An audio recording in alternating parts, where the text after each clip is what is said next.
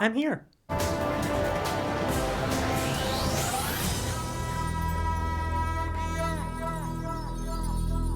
Okay, so trading in Pokemon is incredibly weird, and I want to talk about it today.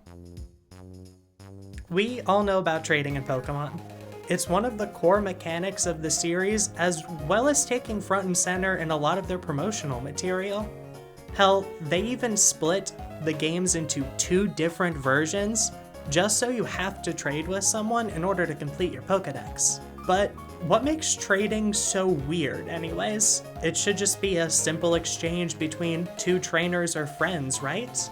No, it could never be that simple, you sweet summer child.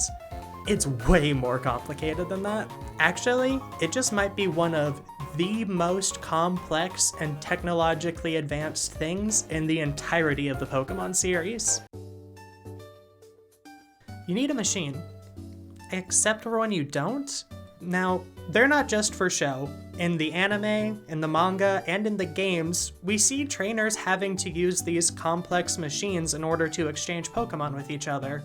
Placing a Pokemon into the computer, letting it be digitized, essentially emailed over to the other person, and then rematerialized to complete the trade. They're not just for show. The anime and manga both show machines as crucial for trading, whether it's a fancy trade machine or using a Pokedex. That is except for all the times where they don't do that. And for some reason, just a hand-to-hand exchange is good enough. So this makes me wonder, what is even the point of these hyper-complex machines if you can accomplish the same thing by handing somebody one? It goes across space and time. Yeah, since you can trade across games like Pokemon Legends Arceus with Pokemon and Sword and Shield, there's an obvious jump in time happening between those games. And for some reason, these human-made machines are able to accomplish this, which kind of begs the question, are other forms of time travel real in the Pokemon universe? Yeah, I suppose there's Celebi, but that's a magical time travel. And then beyond that, actually I think Celebi is, I guess the only other way to time travel besides that would be to bribe Dialga? I don't know. Put a funny edit of Ash opening up that old-timey Pokeball with Professor Oak. I'll know what that means in the future. Here I am in the future, editing this video. I have no clue what I was talking about. Oh well. Back to the video. Okay, so you might think that sending a living being digitized through space and time seems like a lot for these machines to do. But what if I told you that was only the tip of the iceberg? These machines can also transcend dimensions. For some reason, Pokemon in the Mega Universe can be given to those in the non-Mega Universe, and vice versa, which has been established both in and out of game to be separate timelines, straight up separate realities. Not only can you trade between the 2 dimensions, but it also seems to do something that allows you to remove the Pokemon's ability to Mega Evolve. And I think this only brings up more questions than it does give answers. For one, do these Pokemon have memories of their past time in their previous dimension?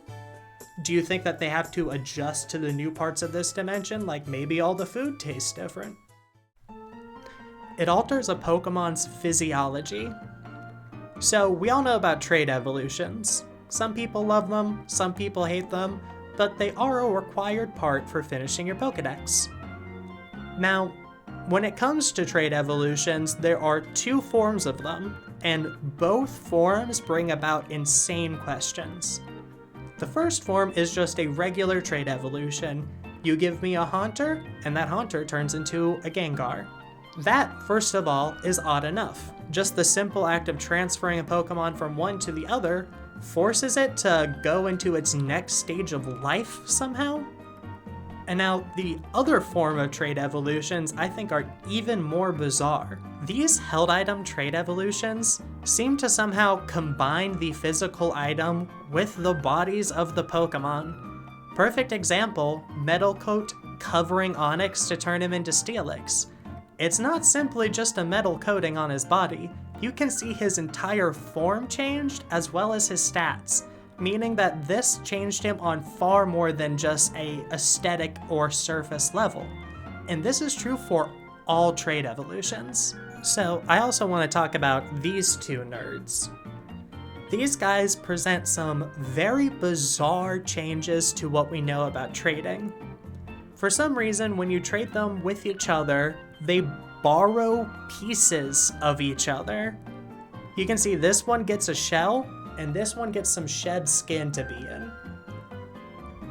So this means that somehow the Pokemon can physically interact with each other during this digitized trading process. In what way can they interact? Or is there some weird Digimon-esque plane where they all hang out for a bit? We may never know. Not only does it alter a Pokemon's physiology, it alters a Pokemon's memory. Yeah, somehow during the trade process, the actual memory of a Pokemon can be overwritten or erased. The primary way we see this is in their moves. Going from an older generation to a newer generation, sometimes moves get removed from the series or taken off of a Pokemon.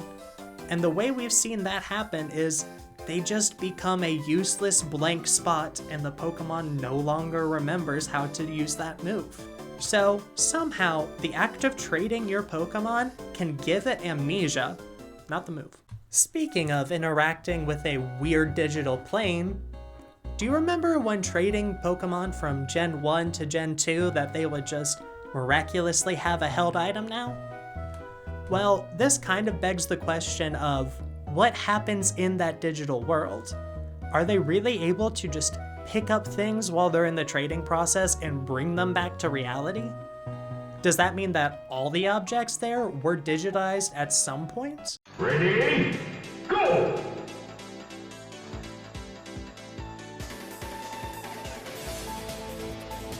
Failure. For those who have played Pokemon Go, you've probably seen a lucky Pokemon at some point.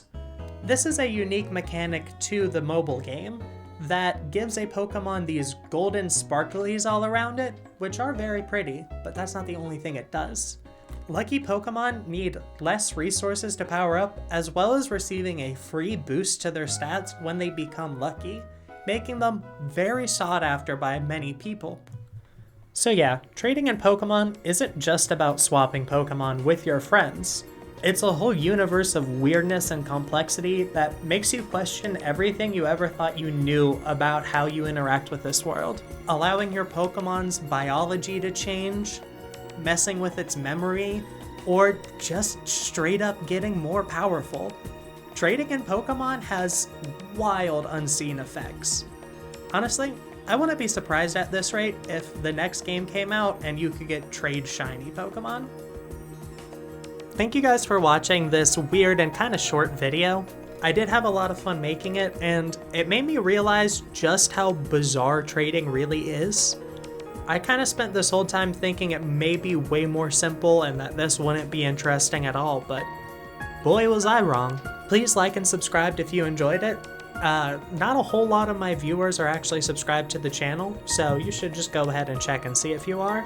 I have a really long video in the works that will be coming out sometime within the next few months, so you definitely don't want to miss that.